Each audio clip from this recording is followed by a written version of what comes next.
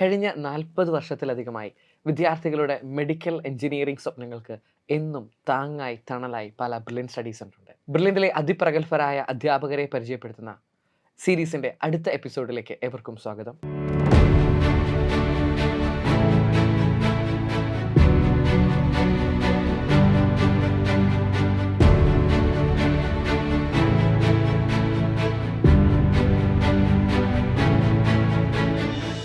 ഇന്ന് നമ്മോടൊപ്പം ജോയിൻ ചെയ്യുന്നത് ഫിസിക്സ് ഡിപ്പാർട്ട്മെൻറ്റിലെ അനൂപ് സാറാണ്. അനൂപ് സാർ, സ്നേഹപൂർവ്വം ഈ ഒരു സെക്ഷനിലേക്ക് സ്വാഗതം. സാർ, ഞാൻ ആദ്യമേ ചോദിക്കും, സാർ എന്നാണ് ബ്രില്യൻറ്റിൽ ആദ്യമായി ജോയിൻ ചെയ്തത്? ഞാൻ ബ്രില്യൻറ്റിൽ ജോയിൻ ചെയ്തത് 2015 2015 മുതൽ 9 വർഷമായി പല ബ്രില്യൻറ്റിൽ. ഒരു അധ്യാപകനാകണം എന്നുള്ളത് ഒരു ചെറുപ്പകാലയളവ് മുതലുള്ള ആഗ്രഹമായിരുന്നു. അതെന്നാണ് തൻ്റെ ഒരു പാഷൻ അധ്യാപനമാണെന്ന് സാർ തിരിച്ചറിഞ്ഞത്? അങ്ങനെ ചോദിച്ചു കഴിഞ്ഞാൽ സാധാരണ മിക്കവാറുമുള്ള എല്ലാ അധ്യാപകരുടെയും ഒരു ആൻസർ അവരുടെ സ്വപ്നങ്ങളിൽ അധ്യാപനം എന്നുള്ള സാധനം ഉണ്ടായിരുന്നിരിക്കില്ല മിക്കവാറും. എനിക്കും അങ്ങനെ തന്നെയായിരുന്നു. പഠിക്കുമ്പോഴൊക്കെ വേറെ ഒരു ഫീൽഡായിരുന്നു എൻ്റെ സ്വപ്നം. ഏതായാലും യാദൃശ്യമായിട്ടാണ് ഞാൻ അങ്ങനെ എത്തിപ്പെടുന്നത്. ശരിക്കും പറഞ്ഞു കഴിഞ്ഞാൽ ഇപ്പം നമ്മൾ കാണുന്ന മിക്കവാറും എല്ലാ ടീച്ചേഴ്സും അവർക്ക് പഠിപ്പിക്കാൻ പറ്റുമെന്ന് അറിഞ്ഞത് വീട്ടിൽ ട്യൂഷനൊക്കെ എടുത്തായിരിക്കും. എനിക്കും അങ്ങനെ ഒരു ഇൻസിഡൻ്റ് ആണ്. എൻ്റെ ചേച്ചി ശരിക്കും ട്യൂഷൻ എടുക്കുന്നുണ്ടായിരുന്നു വീട്ടിൽ. ഓക്കെ, അപ്പം ചേച്ചിക്ക് കല്യാണമായ സമയത്ത് ചേച്ചിയെ കെട്ടിച്ച് വിടുമ്പം ഞാൻ ഡിഗ്രിക്ക് ജോയിൻ ചെയ്തോളൂ, ഡിഗ്രി ഫസ്റ്റ് ഇയർ. അപ്പം ആ സമയത്ത് ചേച്ചി ഇങ്ങനെ കുറച്ച് പിള്ളേരെ ട്യൂഷൻ എടുക്കുന്നുണ്ട്. അപ്പോൾ ചേച്ചി ട്യൂഷൻ എടുക്കുന്നു, നമ്മളെല്ലാം നടക്കുന്നു, അങ്ങനെയൊക്കെയായിരുന്നു. അപ്പം ഒരു ജനുവരി മാസം ആയപ്പോഴാണ് ചേച്ചിയുടെ കല്യാണം വരുന്നത്. അപ്പോഴേക്കും ചേച്ചി കല്യാണം കഴിച്ച് പോയി. അപ്പോൾ ഇനി 2 മാസം ഉണ്ടല്ലോ. അപ്പോൾ ഈ ട്യൂഷൻ എടുത്തുകൊണ്ടിരുന്ന പിള്ളേർക്കൊക്കെ എക്സാമിൻ്റെ സമയമാറായി. അപ്പം പേരൻസൊക്കെ, കുട്ടികളുടെ പേരൻസൊക്കെ എന്നോട് എടുക്കാമെന്ന് ചോദിച്ചു. അപ്പം ഞാൻ ആക്ച്വലി ഒരു രീതിയിലും എടുക്കില്ല. എനിക്കെന്തോ ഒരു പേടിയായിരുന്നു. ട്യൂഷൻ എടുക്കാമെന്ന് പറയുമ്പോൾ തന്നെ ഒരു പേടിയായിരുന്നു. എന്നെക്കൊണ്ട് ഹാൻഡിൽ ചെയ്യാൻ പറ്റില്ല എന്നായിരുന്നു ഞാൻ വിശ്വസിച്ചിരുന്നത്. അപ്പോൾ ഒരു കുട്ടിയുടെ പേരൻ്റ് ശരിക്കും പറഞ്ഞു കഴിഞ്ഞാൽ ഭയങ്കരമായിട്ട് സ്നേഹത്തോടെ നിർബന്ധിച്ച് ഇങ്ങനെ ആ പയ്യനെ കൊണ്ടുവന്ന് വിട്ടതിന് ശേഷം ഞാൻ എടുത്ത് 1-2 ദിവസം എടുത്തപ്പോൾ എനിക്ക് എന്നാലും വേണ്ട, കണ്ടിന്യൂ ചെയ്യേണ്ടതെന്നാണ് എനിക്ക് തോന്നുക. പക്ഷേ ലാസ്റ്റ് അവസാനം എന്ത് ചെയ്തു എന്ന് ചോദിച്ചു കഴിഞ്ഞാൽ ആ കൂടുതൽ ഉണ്ടായിരുന്ന ചേച്ചി എടുത്തുകൊണ്ടിരുന്ന കുട്ടികളെല്ലാവരും ഓട്ടോമാറ്റിക്കലി എൻ്റെ ട്യൂഷൻ പിള്ളേരായി മാറുന്നതാണ് ഞാൻ കണ്ടത്. പിന്നെ അങ്ങനെ എനിക്ക് മനസ്സിലായി കേട്ടോ, ഇത് വലിയ സംഭവമൊന്നുമില്ല, നമ്മൾ സാധാരണ കാര്യങ്ങൾ ചെയ്യുന്ന പോലെയൊക്കെ തന്നെയാണ് പഠിപ്പിക്കാമെന്ന് പറഞ്ഞതെന്ന് തോന്നി അന്ന്. അങ്ങനെ അങ്ങ് പോയി. പിന്നെ ഞാൻ ഡിഗ്രി പഠിക്കുമ്പോഴും PG പഠിക്കുമ്പോഴും ഒക്കെ ഈ രാവിലെയും വൈകുന്നേരവും ഒക്കെ ട്യൂഷൻ തന്നെയായിരുന്നു. പിള്ളേർ വരുന്നു, രാവിലെ എന്നെ വിളിച്ചെഴുന്നേൽപ്പിക്കുന്നു, ട്യൂഷൻ എടുക്കുന്നു, ഞാൻ ക്ലാസ്സിൽ പോകുന്നു, വൈകുന്നേരം വരുന്നു, ട്യൂഷൻ എടുക്കുന്നു, ഇങ്ങനെയൊക്കെ തന്നെയായിരുന്നു. പിന്നെ അങ്ങനെ പോയി. ലാസ്റ്റ് ശരിക്കും ബ്രില്യൻറ്റിൽ എത്തിപ്പെടുന്നതെന്ന് പറഞ്ഞു കഴിഞ്ഞാൽ അതിന് മുമ്പ് എൻ്റെ PG കഴിഞ്ഞ ഉടനെ എനിക്ക് നമ്മൾ ഈ പറഞ്ഞ പോലെ ഫിനാൻഷ്യൽ ക്രൈസിസ് ഒക്കെ വരുന്ന സമയത്ത് അതിൻ്റെ ഭാഗമായിട്ട് ചെറിയൊരു എൻട്രൻസ് കോച്ചിങ് സെൻറ്ററിൽ പഠിപ്പിക്കാൻ പോയിട്ടുണ്ട്. അതുപോലെ തന്നെ പാലയിൽ തന്നെ ഒരു സ്കൂളിൽ ഇതുപോലെ വീക്കിലി 2 ദിവസം പഠിപ്പിക്കാൻ പോകുമായിരുന്നു, ഇങ്ങനെ ചെറിയ കാര്യങ്ങൾക്കൊക്കെ ആയിട്ട്. അപ്പോൾ അവിടുന്ന് ശരിക്കും പറഞ്ഞാൽ ആ സ്കൂളിൽ നിന്നാണ് ഞാൻ ഈ ബ്രില്യൻറ്റിൽ പഠിപ്പിക്കുക എന്നുള്ളൊരു ഐഡിയ എനിക്ക് കിട്ടിയത്. അവിടുത്തെ കുട്ടികളുടെ അതിലേക്ക് വന്നിരിക്കുന്ന കുട്ടികൾ കുറച്ച് പേര് ഈ ബ്രില്യൻറ്റിൽ ആ സമയത്ത് 2013 അപ്പോൾ 2013 ബിഗിനിങ്ങിലാണ്. അപ്പോൾ ആ സമയത്ത് എങ്ങനെയാണെന്ന് ചോദിച്ചാൽ നമുക്ക് ഇത്രയും കോഴ്സുകളോ കാര്യങ്ങളോ ഒന്നും ഇല്ല. അപ്പം എങ്ങനെയാണെന്ന് ചോദിച്ചാൽ ഈ കുട്ടികൾക്ക് പഠിക്കാൻ പോസിബിലിറ്റി കുറവായതുകൊണ്ട് ഇപ്പം ഞാൻ പഠിപ്പിച്ചുകൊണ്ടിരുന്ന സ്കൂളിലെ കുട്ടികൾ എന്ന് പറഞ്ഞാൽ കുറച്ച് പേര് തിരുവനന്തപുരത്തു നിന്നൊക്കെ വന്ന് സ്റ്റേ ചെയ്തിട്ട് ഞായറാഴ്ച ബാച്ചിൽ മാത്രം വരുന്നവരായിരുന്നു. അപ്പോൾ അവരുടെ എക്സ്പീരിയൻസിൽ നിന്നും അവരുമായിട്ടുള്ള സംസാരത്തിൽ നിന്നൊക്കെയാണ് എനിക്ക് നമ്മളിവിടെ ബ്രില്യൻറ്റിൽ പഠിപ്പിക്കുന്നതിനെ കുറിച്ചൊരു ഐഡിയ കിട്ടിയത്. പക്ഷെ എന്നാലും ഞാൻ അവിടെ ഒരു 2 മാസമൊക്കെ പഠിപ്പിച്ച് അവിടുന്ന് കിട്ടിയ പൈസയൊക്കെ ആയിട്ട് ഉടനെ തന്നെ നെറ്റ് കോച്ചിങ്ങിന് പോയി. എനിക്ക് ഭയങ്കര ആഗ്രഹമായിരുന്നു. ശരിക്കും പറഞ്ഞാൽ ഈ ഫിസിക്സ് തന്നെ കൂടുതൽ പഠിക്കുക, അതിൽ റിസർച്ച് ചെയ്യുക, അങ്ങനെയൊക്കെയായിരുന്നു ആഗ്രഹം. ഓക്കെ, അപ്പം ഞാൻ നെറ്റ് കോച്ചിങ്ങിന് പോയി, ഒരു കരിയറിനൊരു ബേസ് വേണമല്ലോ എന്ന് എഴുതിക്കൊണ്ട്. പക്ഷേ ആദ്യത്തെ തവണ കോച്ചിങ്ങിന് പോയി. അപ്പോൾ തന്നെ എനിക്ക് മനസ്സിലായി ഇത്തവണത്തെ എഴുത്തിന് കിട്ടാനുള്ള അത്ര ഐഡിയ ആയിട്ടില്ല. പക്ഷേ ഞാൻ ആ എക്സാം എഴുതി ഉടനെ തന്നെ വീണ്ടും നമ്മുടെ ഈ ഫിനാൻഷ്യൽ ആവശ്യങ്ങൾക്ക് ഭാഗമായിട്ട് വീണ്ടും പഠിപ്പിക്കുക എന്ന് പറഞ്ഞ സാധനത്തേക്ക് തിരിച്ച് ഓട്ടോമാറ്റിക്കലി നമ്മൾ അറിയാതെ വന്ന് എടുത്തുവിടുക വീണ്ടും. അങ്ങനെ ഞാനൊരു പോളിടെക്നിക്കിൽ ഇതുപോലെ തന്നെ പാർട്ട് ടൈമായിട്ട് പഠിപ്പിക്കാനായിട്ട് കയറുന്നു. അപ്പോൾ പോളിടെക്നിക്കിൽ പഠിപ്പിച്ചുകൊണ്ടിരിക്കുന്ന സമയത്ത് അവിടുത്തെ ടീച്ചേഴ്സ് എല്ലാം ഭയങ്കര സ്നേഹത്തോടെ വീണ്ടും എന്നെ ഓടിച്ചു വിട്ടു. സാർ, ഇങ്ങനെ നടന്നു കഴിഞ്ഞാൽ നമ്മളിങ്ങനെ വർഷങ്ങൾ പോകും, എത്രയും പെട്ടെന്ന് നെറ്റൊക്കെ ക്ലിയർ ചെയ്തെടുക്കുക, എൻ്റെ സാറിൻ്റെ ആഗ്രഹങ്ങളിലേക്ക് പോകും എന്ന് പറഞ്ഞു വിട്ടു. ഞാൻ അവിടുന്ന് വീണ്ടും കറങ്ങി തിരിഞ്ഞു വന്ന ഏറ്റവും രസകരമായ സംഭവം എന്താണെന്ന് വെച്ചാൽ അങ്ങനെ പറഞ്ഞ് എന്നെ ഉപദേശിച്ച് വഴക്ക് പറഞ്ഞ് വിട്ട ടീച്ചറിൻ്റെ മോനെ ഞാൻ കഴിഞ്ഞ വർഷം പഠിപ്പിച്ചു ബ്രില്യൻറ്റിൽ. ഓക്കെ, അവന് ഇപ്പം 695-700 മാർക്കോ മറ്റോ ഉണ്ട് തന്നെ. ഓക്കെ, അപ്പം അത് ഭയങ്കര സന്തോഷമുള്ള കാര്യമാണ്. അപ്പോൾ ഏതായാലും അവിടുന്ന് പിന്നെയും ഞാൻ വന്നിട്ട് കുറച്ച് കാലം ഇങ്ങനെ സ്കൂളുകളിൽ പഠിപ്പിച്ച് നടന്നിട്ട് ഒരിക്കൽ എനിക്ക് അറിയില്ല ഇവിടെ എങ്ങനെയാണ് ആരെയാണ് കാണേണ്ടതെന്നൊന്നും ആക്ച്വലി അറിയില്ല. ഞാൻ ഡയറക്റ്റായിട്ട് വന്നിട്ട് നമ്മുടെ ജോർജ് സാറിനെ കാണുക. സാറിനോട് സംസാരിച്ചപ്പോൾ ഞാൻ നോക്കിയപ്പം ഭയങ്കര സിമ്പിളായിട്ടുള്ള മനുഷ്യൻ. അപ്പോഴും എനിക്ക് ഈ സ്ഥാപനം ഇത്രയും വലുതാണെന്നുള്ളൊരു ഐഡിയ ഒന്നും കിട്ടുന്നില്ല. സ്ഥാപനത്തിൻ്റെ ബിൽഡിംഗ് ഒക്കെ നോക്കുമ്പോൾ ഭയങ്കര സംഭവമായിട്ട് തോന്നുന്നുണ്ടെങ്കിലും ഞാൻ പുറത്തുനിന്ന് കേട്ടറിഞ്ഞേക്കുന്നതുമായിട്ട് ഓക്കെ, ഞാൻ കരുതിയേക്കുന്നത് എന്താണെന്ന് വെച്ച് കഴിഞ്ഞാൽ ഇത് വലിയ സംഭവമൊന്നുമില്ല, ഈ എൻട്രൻസ് കോച്ചിങ്ങിൽ പഠിപ്പിക്കുക എന്നൊക്കെയാണ് എൻ്റെ ഒരു വിചാരം. എന്നുവെച്ചാൽ ശരിക്കും ഇതെല്ലാം മാറിയത് എങ്ങനെയാണെന്ന് വെച്ചാൽ ഞാനിവിടെ വന്നു, സാറിനെ കണ്ടു, സാറ് ഓക്കെ പറഞ്ഞു, നമ്മൾ ജോയിൻ ചെയ്തു. അപ്പം ഒരു ഏപ്രിൽ മാസം എന്നുവെച്ചാൽ മാർച്ച് അവസാനം ഞാൻ വന്ന് കാണുന്നത്. അതായത് അതുവരെ ഞാൻ പഠിപ്പിച്ചുകൊണ്ടിരുന്ന കുട്ടികളുടെ ഫൈനൽ എക്സാം കഴിഞ്ഞ് ഉടനെ തന്നെ, അത് ശരിക്കും പറഞ്ഞാൽ ഫിസിക്സിൻ്റെ എക്സാം എന്നായിരുന്നു, ഫിസിക്സിൻ്റെ എക്സാം കഴിഞ്ഞിട്ട് വൈകുന്നേരം, അതായത് കുട്ടികളുടെ കൂടെ സെൻട്രൽ എക്സാമിന് ഞാൻ പോകുന്നുണ്ടായിരുന്നു. അതിനുശേഷം ഞാൻ കുട്ടികൾ വീട്ടിലേക്കും പോയി, ഞാൻ സ്കൂളിൽ നിന്ന് നേരെ ബ്രില്യൻറ്റിലേക്കാണ് വരുന്നത്. അങ്ങനെ ഒരു വൈകുന്നേരമാണ് വന്ന് കാണുന്നത്. കണ്ടിട്ട് സാറ് ഓക്കെ, സാറ് ജോയിൻ ചെയ്തോളാൻ പറഞ്ഞു. അതിനുശേഷം എന്താണെന്ന് വെച്ചാൽ സിബി ടീച്ചറിൻ്റെ നമ്പർ എനിക്ക് തരുന്നത്. പിന്നെ എല്ലാ കോൺടാക്റ്റൊക്കെ സിബി ടീച്ചറുമായിട്ടൊക്കെയാണ്, ടൈം ടേബിളും കാര്യങ്ങളൊക്കെ പറഞ്ഞത് അങ്ങനെയാണ്. എന്നിട്ട് ടീച്ചർ ആദ്യം ഞാൻ കയറുന്നത് നമ്മുടെ ക്രാഷ് ബാച്ചിലാണ്, ഏപ്രിൽ ആദ്യം സ്റ്റാർട്ട് ചെയ്യുന്നത്. എനിക്ക് തോന്നുന്നു മാർച്ച് 29 മാർച്ച് 30 അങ്ങനെ എന്തോ ഒരു സംഭവമാണ്. അന്നത്തെ ദിവസം ക്രാഷ് ബാച്ചിൽ കയറി, പിന്നെ പതിയെ ക്രാഷ് ബാച്ചുകളിൽ കൂടി ഇങ്ങനെ പോയി. അപ്പോഴും ഞാൻ അത്യാവശ്യം മടിയനൊക്കെ ആയിട്ട് കുറച്ച് ക്ലാസ്സൊക്കെ എടുത്ത് കഴിയുമ്പോൾ റെസ്റ്റ് എടുക്കാനൊക്കെ ഓർക്കും. പിന്നെ എനിക്ക് ഹെൽത്ത് ഇഷ്യൂസൊക്കെ പെട്ടെന്ന് വരും.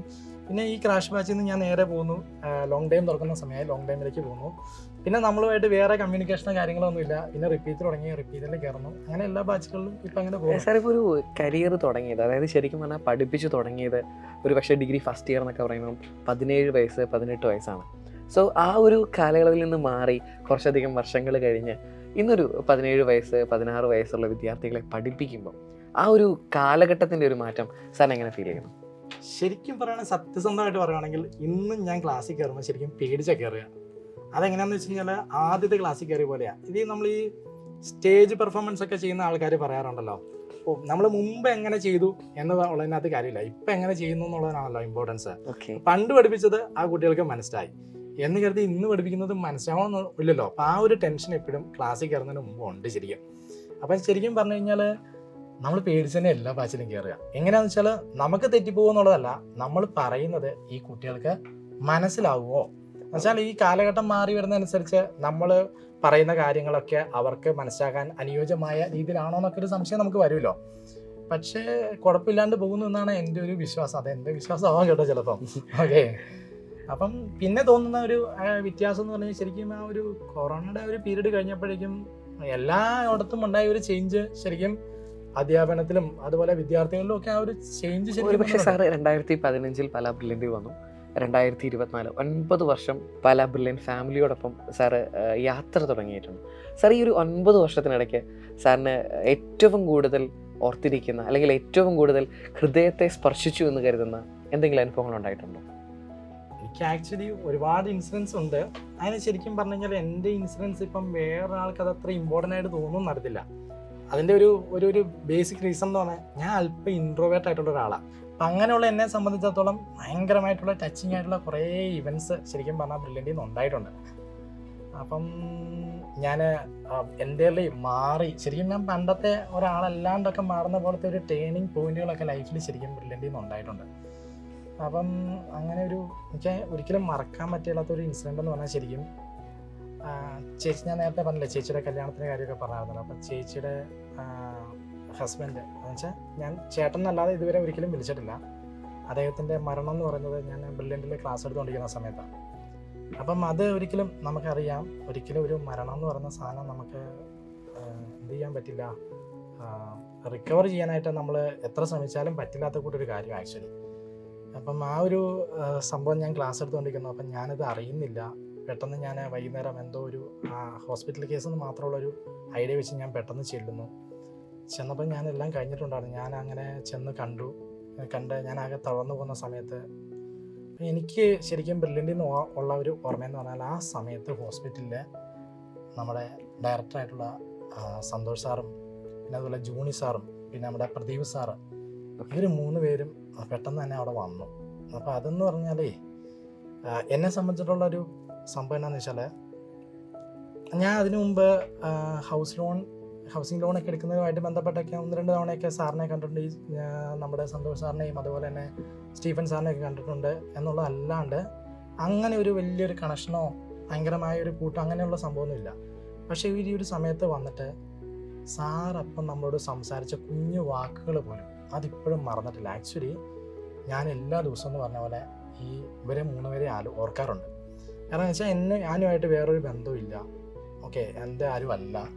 പക്ഷേ എനിക്ക് ഇപ്പോഴും ഓർക്കുമ്പോൾ ടച്ച് ചെയ്യുന്നൊരു കാര്യം എന്ന് പറഞ്ഞു കഴിഞ്ഞാൽ ഇവരെന്ന് പറഞ്ഞാൽ ശരിക്കും സന്തോഷ് സാർ എന്നെ ബലമായിട്ട് പിടിച്ചുകൊണ്ട് പോയി ക്യാൻറ്റീനിൽ, ആ ഹോസ്പിറ്റലിൻ്റെ ക്യാൻറ്റീനിൽ കൊണ്ടുപോയി ഇരുത്തി സാറ് ചായ മേടിച്ചിട്ട് സാറ് ചായ കുടിച്ചുകൊണ്ട് എന്നെ കൊണ്ട് കുടിപ്പിക്കുക.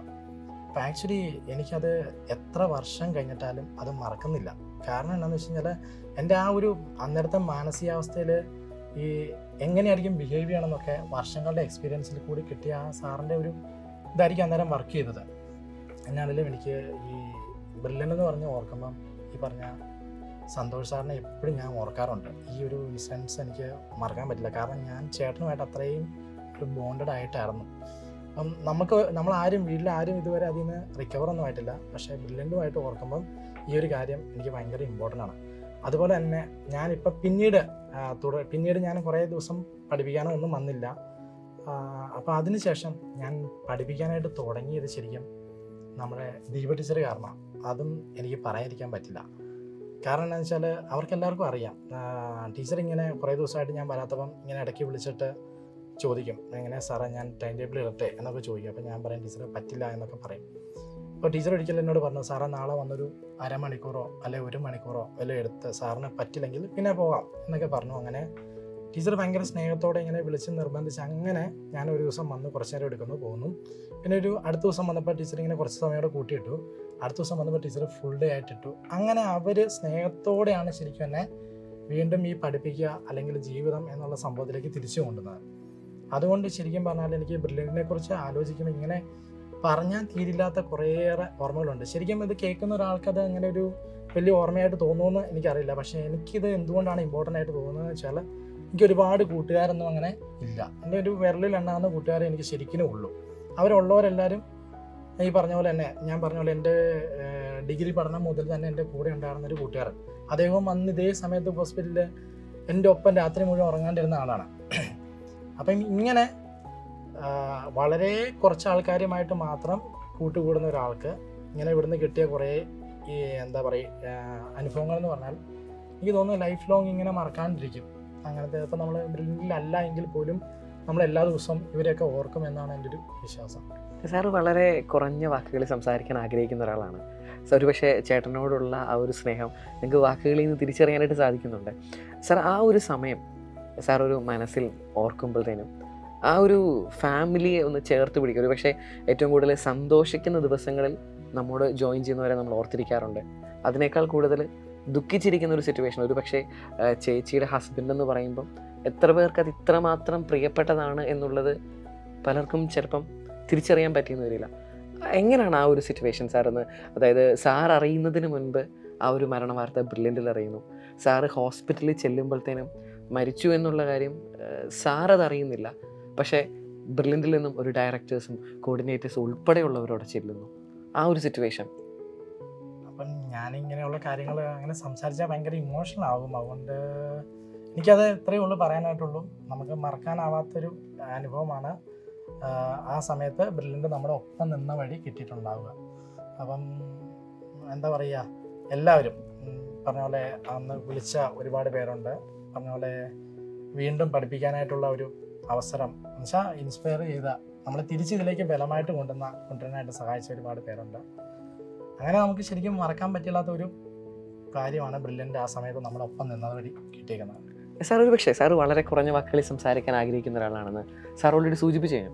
ഈ ഒരു അധ്യാപകൻ എങ്ങനെയാണ് ക്ലാസ്സിൽ ചെന്ന് കഴിയുമ്പം വിദ്യാർത്ഥികൾക്കൊപ്പം നിന്ന് അവരുടെ ഒരു ടോണിനനുസരിച്ച് പഠിപ്പിക്കാൻ പറ്റുന്നത്? സാറ് പറയുന്നു ഒരു വിദ്യാർത്ഥിയോടും ഒരു രീതിയിലും ദേഷ്യപ്പെടാൻ ആഗ്രഹിക്കുന്ന ഒരാളുമല്ല എന്ന വിദ്യാർത്ഥികളെല്ലാം സാറിനൊപ്പം നിൽക്കുന്ന ഒരു സിറ്റുവേഷൻ എങ്ങനെ സാധിക്കും സാർ ഇങ്ങനൊരു ഇൻട്രോവേർട്ടിന്? അത് എനിക്ക് ശരിക്കും പറഞ്ഞു കഴിഞ്ഞാൽ അത് പിള്ളേരുടെ ഒരു കഴിവാണെന്നാണ് ഞാൻ വിശ്വസിക്കുന്നത്. ഞാനൊരു സിമ്പിൾ ലാംഗ്വേജിൽ പറയുവാണെങ്കിൽ, നമ്മൾ ഇപ്പോൾ സാറ് റോഡിൽ കൂടെ വരുന്ന വഴിക്ക് സാറിനെ ഒരു മരത്തെ നോക്കുമ്പം റോഡിൻ്റെ സൈഡിലൊക്കെ വീടിൻ്റെ സൈഡിൽ മരമൊക്കെ നിൽപ്പുണ്ടാവില്ലേ, ഈ മരത്തെ നോക്കുമ്പം നമ്മൾ ചാമ്പങ്ങ എന്ന് പറയുന്ന സാധനമില്ലേ, ചെറിയ കടലൊന്നും കൊടുത്ത് വിലയൊന്നും കിട്ടില്ല, ചാമ്പങ്ങ സാറിങ്ങനെ പറിച്ചു, ഒരു 3-4 ചാമ്പങ്ങ കിട്ടി. സാർ ആ ചാമ്പങ്ങയായിട്ട് വന്നിട്ട് സാറ് എന്നെ വഴിക്ക് വെച്ച് കാണുന്നു, എൻ്റെ കയ്യിൽ തരുന്നു. അപ്പം ഞാനും പ്രത്യേകിച്ച് കമ്മ്യൂണിക്കേഷൻ ഒന്നും ആവശ്യമില്ല, നമ്മളത് കഴിക്കും. പക്ഷെ അതേ സമയത്ത് സാറൊന്ന് ആലോചിക്കുക, സാറ് ഭയങ്കര ജാടയൊക്കെ ആയിട്ട് സാറ് ഒരു ഇമ്പോർട്ടൻ്റ് ആയിട്ടുള്ള ഏതെങ്കിലും ഒരു ഫ്രൂട്ട് മേടിച്ചോണ്ട് വരുക, വന്നിട്ട് ഭയങ്കര ജാടയ്ക്ക് എൻ്റെ കൊണ്ട് തരുക, എന്നാടാ കഴിച്ചോളാനും പറഞ്ഞുകൊണ്ട്. അപ്പം ഞാനത് ശരിക്കും പറഞ്ഞാൽ ആദ്യം സ്വീകരിച്ച ആ ഒരു മനോഭാവത്തോടെ സ്വീകരിക്കുകയോ കഴിക്കുകയൊന്നും ചെയ്യാനുള്ള സാധ്യതയില്ല. ഇതേപോലെ തന്നെയാണ് ഞാനും ക്ലാസ്സിൽ ചെല്ലുമ്പോൾ വിചാരിക്കുക. അതായത് എൻ്റെ കയ്യിൽ പിള്ളേർക്ക് കൊടുക്കാനായിട്ട് വേറെ ആർക്കും സാധിക്കില്ലാത്ത അത്രയും വലിയ ഐഡിയയോ കാര്യങ്ങളോ ഒന്നും ഇല്ലെന്നുള്ള കാര്യം എനിക്ക് 100% ഉറപ്പാണ്. കാരണം ബ്രില്യൻ്റിൽ വന്നപ്പോൾ ഞാൻ ഞെട്ടിയ ഒരു കാര്യം എന്ന് പറയുന്നതും ഇത്രയും അടിപൊളി സാറുമാരെ കാണാൻ പറ്റി എന്നുള്ളത് എനിക്ക് പറയാൻ പറ്റില്ല. അതായത് എനിക്ക് എന്തെങ്കിലും ഒരു സംശയം വന്നു കഴിഞ്ഞാൽ ഞാനേ ഒരു പ്രോബ്ലം ചെയ്ത് നോക്കേണ്ട ആവശ്യമൊന്നുമില്ല. ലാസ്റ്റ് നിമിഷം എനിക്ക് കിട്ടില്ല എന്ന് തോന്നിക്കഴിഞ്ഞാൽ അന്നേരം എനിക്ക് വിനീത് സാറിനോ അല്ലെങ്കിൽ അങ്ങനെ ആർക്കെങ്കിലും അജിത് സാറിനോ ആർക്കെങ്കിലും ഒന്ന് ചുമ്മാ ഒന്ന് മെസ്സേജ് ഇട്ടാൽ മതി, സാറേ എനിക്കിത് കിട്ടിയില്ല. അപ്പോൾ അങ്ങനെ പറയുമ്പോൾ അവർ അപ്പഴേ ആൻസർ അയച്ചു തരും. അപ്പം എന്താ പറയുക, നമ്മളെക്കാട്ടിലും ഒത്തിരി അറിവുള്ള ഒരുപാട് ആൾക്കാരുടെ കൂടെ നമ്മളിങ്ങനെ കഴിയുന്ന സമയത്തേ നമ്മൾ പിള്ളേരുടെ അടുത്ത് പോകുമ്പോഴും നമ്മളതിങ്ങനെ വിചാരിച്ചാൽ മതി, നമ്മൾ നമ്മുടെ ഉള്ള ചെറിയ ചെറിയ അറിവുകൾ അവർക്ക് എക്സാം എഴുതാൻ സഹായമാകുന്ന രീതിയിൽ വളരെ എന്താ പറയുക ബഹുമാനത്തോടെയും വിനയത്തോടെയും പ്രസൻറ്റ് ചെയ്ത് കഴിഞ്ഞാൽ കുട്ടികൾ സ്വീകരിക്കും, അത്രേ ഉള്ളൂ. പിന്നെ ഞാൻ ഇരുന്ന് ആലോചിക്കാറുണ്ട് കേട്ടോ, ഞാൻ ചുമ്മാ പുറത്തൂടെ നടക്കുമ്പോൾ മിണ്ടുന്ന പോലെ അല്ല ശരിക്കും ക്ലാസ് റൂമിൽ ബിഹേവ് ചെയ്യുക. അതെന്താണെന്ന് ചോദിച്ചാൽ എനിക്ക് ആക്ച്വലി അറിയത്തില്ല. ക്ലാസ് റൂമിൽ നിന്ന് ഇറങ്ങിക്കഴിയുമ്പോൾ ഞാൻ വീണ്ടും പഴയ ആ ക്ലാസ് റൂമിൽ കയറുമ്പോൾ ഞാൻ എന്തോ രീതിയിൽ മാറുക, അങ്ങനെയാണ് എനിക്ക് തോന്നാറ് കേട്ടോ. ഒരു ഫേസ് ചേഞ്ച് സിറ്റുവേഷൻ പോലെ എന്തോ അങ്ങനെ തോന്നാറുണ്ട്. അത് ചിലപ്പം നമ്മുടെ ജോലി അതാണ് എന്നുള്ളൊരു ചിന്ത കൊണ്ട് ചിലപ്പോൾ അങ്ങനെ ആയി പോകുന്നതായിരിക്കും. പക്ഷേ ഇങ്ങനെയാണെന്ന് പറയാറില്ല സാർ. ഒരു പക്ഷേ അതായത് 2015 പാലാ ബ്രില്യൻറ്റിലേക്ക് വന്നു. ഇതിനിടയ്ക്കാണ് കൊറോണയുടെ ഒരു സിറ്റുവേഷൻ വരുന്നത്. സാർ അപ്പോൾ ശരിക്കും പറഞ്ഞാൽ കൊറോണയ്ക്ക് മുമ്പുള്ള ബ്രില്യൻറ്റും കൊറോണയുടെ സമയത്തുള്ളൊരു ബ്രില്യൻറ്റും അതിനുശേഷമുള്ളൊരു ബ്രില്യൻറ്റും എല്ലാം സാറിന് ഒരുപോലെ ഫെമിലിയറാണ്. കാരണം ഈ 3 ഫേസിലും ആക്റ്റീവായിരുന്ന അധ്യാപകനാണ് സാർ. സാർ എങ്ങനെ വിലയിരുത്തുന്നു ഒരു ബ്രില്യൻ്റ് ഒരു ട്രാൻസിഷൻ, അതോടൊപ്പം സാറിൻ്റെ ഈ ഒരു കാലയളവിലെ മെമ്മറികൾ? അങ്ങനെ ചോദിച്ചു കഴിഞ്ഞാൽ അതും ഈ എല്ലാ കാലം ചോദിച്ചു കഴിഞ്ഞാലും നമുക്ക് പറയാൻ ഒരുപാട് സംഭവങ്ങളുണ്ട്. ഈ പറഞ്ഞ പോലെ ബേസിക്കലി ഒരു മടിയനും കൂടിയാണ് ഇൻട്രോവേർട്ട് എന്നൊക്കെ പറയുമ്പോൾ അങ്ങനെ ഒരു സാധനമുണ്ട്. അപ്പം ഈ കൊറോണ വന്ന് നമ്മൾ ശരിക്കും എനിക്ക് തോന്നുന്നു ഞാൻ ക്ലാസ് ശരിക്കും സ്കൂൾ അടയ്ക്കുന്നത് നമുക്കൊരു എനിക്ക് തോന്നുന്നു മാർച്ച് 10-ാം തീയതിയോ മറ്റോ 2020 മാർച്ച് 10-നാണ് ഞാൻ ലാസ്റ്റ് ക്ലാസ് എടുക്കുന്നത്. എന്നുവെച്ചാൽ ആ സമയത്തോ മറ്റോ കളക്ടറോ മറ്റോ നമ്മുടെ ഈ പത്തനംതിട്ടയിലോ മറ്റോ ആരോ ഈ കൊറോണ അഫക്റ്റഡ് ആയിട്ടോ അല്ലെങ്കിൽ പുറത്തെങ്ങാട്ടോ സഞ്ചരിച്ച ഒരാളോ മറ്റോ വന്ന് യാത്ര ചെയ്തെന്നുള്ള പേരിൽ കോട്ടയം കളക്ടറോ മറ്റോ അങ്ങനെ ഒരു അവധി പ്രഖ്യാപിച്ച അങ്ങനെ ഒരു സമയത്താണ് നമ്മുടെ ക്ലാസ്സുകളെല്ലാം സ്റ്റോപ്പാകുന്നത്. അത് കഴിഞ്ഞ് ശരിക്കും ആ ഒരു മാസം ഇങ്ങനെ ഇരിക്കുമ്പം നമ്മളിനി എന്തെങ്കിലും തുറക്കുമോ എന്നൊക്കെ എല്ലാവരെയും പോലെ തന്നെ നമ്മളിങ്ങനെ ആശങ്കപ്പെട്ടിരിക്കുന്ന സമയത്ത് പെട്ടെന്ന് എനിക്ക് തോന്നുന്നു ഏപ്രിൽ ആദ്യമല്ല ഒരു ഏപ്രിൽ 20 ആ സമയത്തൊക്കെയാണെന്ന് തോന്നുന്നു നമ്മൾ ചെറിയതായിട്ട് ഈ ലൈവ് ക്ലാസ്സുകളൊക്കെ സെൻഡ് ചെയ്ത് തുടങ്ങി. അപ്പം ഞാൻ കരുതി ചുമ്മാ ആദ്യം ഇങ്ങനെ ജസ്റ്റ് ഒന്ന് ചെയ്യുന്നേ ഉണ്ടാവുള്ളൂ, ടെസ്റ്റ് ചെയ്തിട്ട് ചിലപ്പോൾ നിർത്തുമായിരിക്കും എന്ന് കരുതി. അപ്പോൾ ഉടനെ നമ്മളെയൊക്കെ ക്ലാസ്സിൽ വിളിക്കുമ്പോൾ ഞാൻ കരുതുന്നത് ഇത്രയും റിസ്ക് എടുത്ത് നമ്മൾ ഇങ്ങനെയൊക്കെ ചെയ്യേണ്ട ആവശ്യമുണ്ടോ, ഇതിപ്പോൾ കൊറോണ കഴിയുമ്പോൾ ക്ലാസ് എടുത്താൽ പോരെ എന്നൊക്കെ ഞാൻ ആലോചിക്കായിരുന്നു. ഇപ്പം എനിക്ക് മനസ്സിലായി അത് അന്ന് അങ്ങനെ ചെയ്തത് കൊണ്ടാണ് നമ്മൾ ഇന്നും ഇങ്ങനെ തന്നെ ഇരിക്കുന്നത്. ശരി, ഒരുപക്ഷെ ബ്രില്യൻറ്റിൻ്റെ ഏറ്റവും വലിയ പ്രത്യേകത ഓരോ കാലഘട്ടവും മുൻകൂട്ടി കണ്ട് അതനുസരിച്ച് പ്ലാൻ ചെയ്ത് പ്രോഗ്രാമുകൾ എക്സിക്യൂട്ട് ചെയ്യാൻ ബ്രില്യൻറ്റിന് കഴിയുന്നു. ശരിക്കും പറഞ്ഞു കഴിഞ്ഞാൽ നമുക്ക് ഈ വർഷങ്ങളുടെ എക്സ്പീരിയൻസിൽ നിന്ന് കിട്ടുന്ന കുറച്ച് സാധനങ്ങൾ ഡയറക്ടേഴ്സിനുണ്ട്.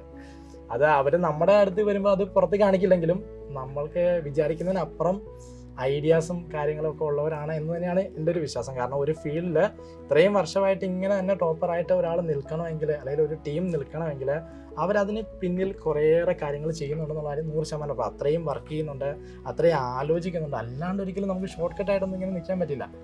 അപ്പം അത് അവരുടെ ദീർഘവീക്ഷണം എന്നേ പറയാൻ പറ്റുള്ളൂ. നമുക്കില്ലാത്തൊരു സാധനം അവർക്കുണ്ട്, അത്രേ പറയാൻ പറ്റുള്ളൂ. അപ്പം നമ്മളൊക്കെ വിചാരിക്കുന്ന പോലെ ആണെങ്കിൽ എന്താ, നമുക്ക് റെസ്റ്റ് എടുക്കാം, ഒരിക്കലും എന്താ പറയുക പ്രത്യേകിച്ച് ഫിസിക്സ് പോലത്തെ ഒരു സാധനമൊന്നും നമുക്ക് ഓൺലൈനിൽ കൂടെ ഒന്നും പഠിപ്പിക്കാൻ പറ്റില്ല. ഇപ്പോഴും നമ്മൾ പെട്ടെന്ന് പറഞ്ഞു കഴിഞ്ഞാൽ ഇത് പഠിപ്പിച്ചാൽ മനസ്സിലാവുമോ എന്നൊക്കെ വിചാരിക്കും. പക്ഷെ അന്ന് നമ്മളിതെല്ലാം പഠിപ്പിക്കുകയും ചെയ്തു, പിള്ളേർക്ക് മനസ്സിലാവുകയും ചെയ്തു, റാങ്കും കിട്ടി. അതൊക്കെ ആലോചിക്കുമ്പോൾ ശരിയാ ഭയങ്കര ഒരു ചേഞ്ചായിരുന്നു. പിന്നെ കൊറോണയായിട്ട് ബന്ധപ്പെട്ട് പറയുകയാണെങ്കിൽ എനിക്ക് അത്യാവശ്യം നല്ല രീതിയിൽ കൊറോണ അടിച്ചായിരുന്നു. സീരിയസ് ലെവലിൽ തന്നെയായിരുന്നു. അതെ, സീരിയസ് ലെവലിൽ തന്നെയായിരുന്നു. അതായത് എനിക്ക് പനി പിടിച്ചു, വീട്ടിലെല്ലാവർക്കും പനിയായി. അപ്പം തന്നെ എനിക്ക് കണ്ടിന്യൂസ്ലി ഇടയ്ക്കിടയ്ക്ക് വയ്യാണ്ടാകുന്നത്. ഇടയ്ക്കിടയ്ക്കെന്ന് വെച്ചാൽ പെട്ടെന്ന് ഈ അലർജി ഉള്ളതാണ്. അപ്പം അലർജി വന്ന് പനിയൊക്കെ തുടങ്ങിക്കഴിഞ്ഞാൽ എനിക്ക് തീരെ വയ്യാണ്ടാവും. അപ്പോൾ ഇത് പിടിച്ചപ്പോൾ തന്നെ എനിക്ക് ഏകദേശം തീരുമാനമായി, സയൻസിന് രക്ഷിക്കാൻ പറ്റില്ല, ഞാൻ രക്ഷപ്പെടുള്ളൂ, അല്ലാതെ ഒന്നും നടക്കില്ല എന്നുള്ളൊരു തീരുമാനമായിരുന്നു. അപ്പം അങ്ങനെ ആദ്യം വീട്ടിലിരുന്നു, വീട്ടിലുള്ളവർക്കെല്ലാം കുറയുന്നു, എനിക്ക് മാത്രം കൂടിക്കൊണ്ടിരിക്കുന്നു, ചുമയൊക്കെ ഭയങ്കര ലെവലിലാകുന്നു. അപ്പം ഞാനിങ്ങനെ മറ്റേ ആ സമയത്ത് ഗവൺമെൻറ്റിൻ്റെ ഓരോ മേഖലയിൽ നിന്ന് ഇങ്ങനെ കോൺടാക്ട് ചെയ്യുമല്ലോ ഡെയിലി.